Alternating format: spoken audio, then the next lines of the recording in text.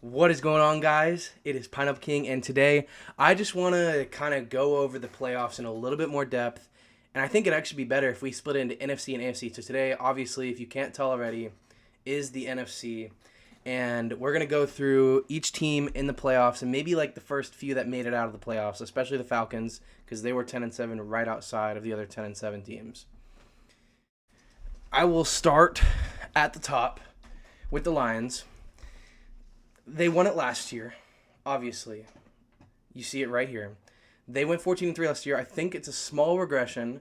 Now, I mean, 14-3 is just an insane record just to begin with, so it's almost impossible to repeat something like that. So it's just going to be really hard to see. But I mean, you're coming back with the same roster. Jared Goff is a year older, which is just he hasn't looked bad.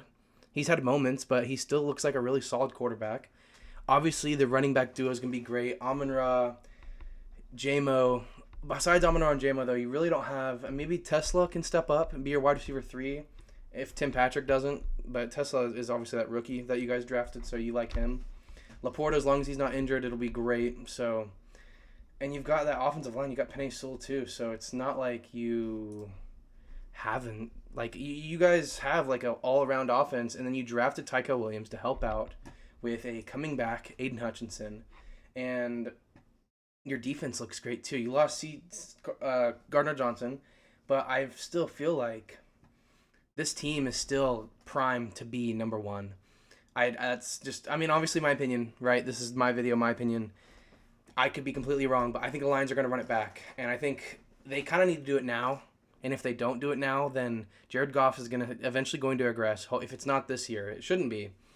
No signs of regression, but and people are going to want to get paid.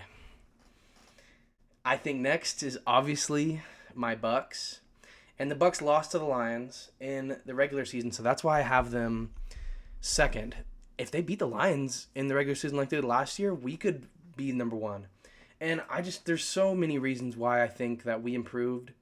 I mean, we were 11-6, and we only have one extra win now. Our schedule's about the same. We have the best wide receiver core in the NFL. Like, it's hands down. Like, we have 2 wide receiver 1s, 3 wide receiver 2s, and it's actually ridiculous. Like, we've got Evans and Godwin could be wide receiver 1s on obviously multiple teams. Ibuka is going to be great. McMillan and Sterling Shepard are all good. Even Trey Palmer, Ortez Johnson, you know? And then obviously Kate Otten is a solid tight end. We saw how good he stepped up when Godwin, Evans, when everybody went down, and it was just Jalen McMillan and Sterling Shepard running the helm. And we were still, I mean, we lost some games, but we still won some games without them. Obviously, our offensive line, not the greatest, but it's pretty solid. We're going to do good enough. We paid him. As long as Tristan Wirfs comes back and as long as he's healthy, I still think the Bucks can go 12-5. And our defense, I mean, it just got better. Like Levante David, as long as he doesn't regress. We obviously drafted Benjamin Morrison to be, and I think he's going to be a great corner. He's had great camp.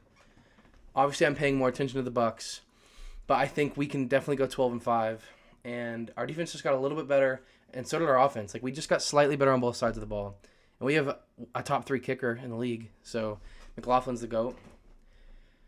Let's move on to the Eagles. And for the Eagles, obviously a regression year. It's almost inevitable that you're going to regress after winning the Super Bowl because you're going to have to pay a lot of players. And mainly it was on the defensive side that you kind of just got screwed over. Obviously, you still got your core offense, Goddard, A.J. Brown, Devontae Smith. You got everybody, you know. Obviously, Saquon is going to be great. The Madden curse, injury history, like, I pray that he doesn't get hurt, but I think the Eagles do jump back to an 11-6 type record, but I don't know. I don't know. They were 14-3. That's only 3 less wins. Your schedule is obviously going to be harder winning the Super Bowl. You hypothetically should have a harder schedule, but I don't think you do. Jalen Carter is going to be great. Obviously, Jahad Campbell is going to be great. I honestly wanted us to take Jahad Campbell because I thought he was going to be really good. And he looks good. So I think that he's going to be great whenever he gets worked in there. And you guys won the Super Bowl, so obviously you're going to win your division, even if it's tight. I've got the Rams, obviously, as the final division winner, barely. That division is also tight, and tight, not as good as like the NFC North, no NFC East, but the NFC West is still pretty tight. The big question here is Stafford. Stafford is not practicing. I don't know what's going on. If Jimmy G has to step out there or Stetson Bennett, they're not winning the division, and it's going to go to the Seahawks, and then the Falcons could slip in. Basically, is what I think. Either that or the Cardinals can start and beat up on the Rams, and the Cardinals sneak in. So it depends. Cardinals are sneaky this year, but obviously, kind of switching Cooper Kupp with Devontae Adams. You think that's a better decision, but it's almost like the same thing. They're both older wide receivers. It's almost like the same thing. Your defense is underrated. It's not going to be as good as the Aaron Donald era, but it's still solid. So I like how it looks. And as long as you can... I mean, you got the tiebreaker on the Seahawks. We'll talk about them later. But the Cardinals and Niners are both going to be fighting for that division. The Niners want to go back to glory, and the Cardinals have been looking for it with Kyler Murray for a little bit, ever since they made that playoff a couple years ago.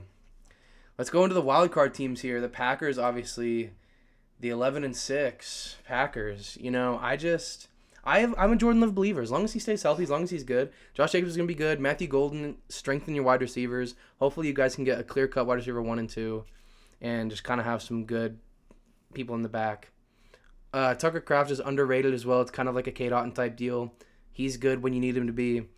Your O-line's solid. It's not amazing, but obviously your defense, losing Jair.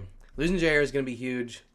Now, I mean, I have you guys going up a win, but that was before the Jair thing. I think the schedule's a little bit easier for you here. I think you can still go 11-6. McManus is a great kicker, and you guys obviously still have a pretty solid defense and a good enough offense to go 11-6. I think even if you go 10-7, you still make the playoffs. Commanders is next. They beat out the Falcons and the Seahawks because they beat them in the regular season. That could change. You know, that could change. But Jaden Daniels, obviously an amazing rookie year. He's just going to get better. You guys kind of have a 1-2 punch at running back, not as good as the Lions. And as long as you guys sign Terry, and then you have Debo, you have Zach Ertz, you have your Speedster Noah Brown, and your white guy McCaffrey. It's going to be good. And you got Tunsil as well to strengthen the O-line.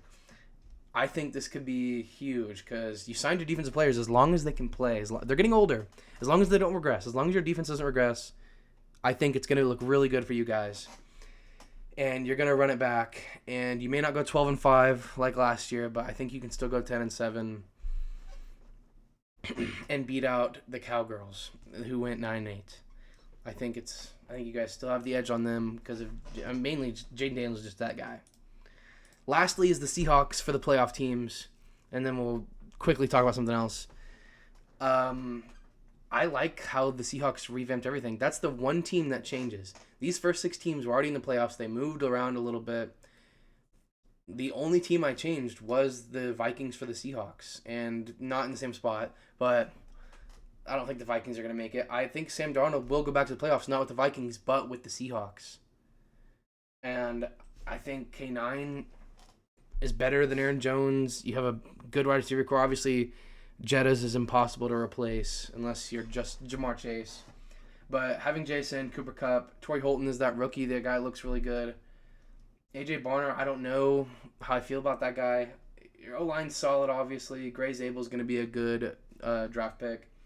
And your defense is, I feel like a lot of these playoff defenses are underrated. So maybe if they don't they play where they're rated, then maybe they don't make it. But I think they're underrated. Like, Devin Witherspoon is going to be amazing.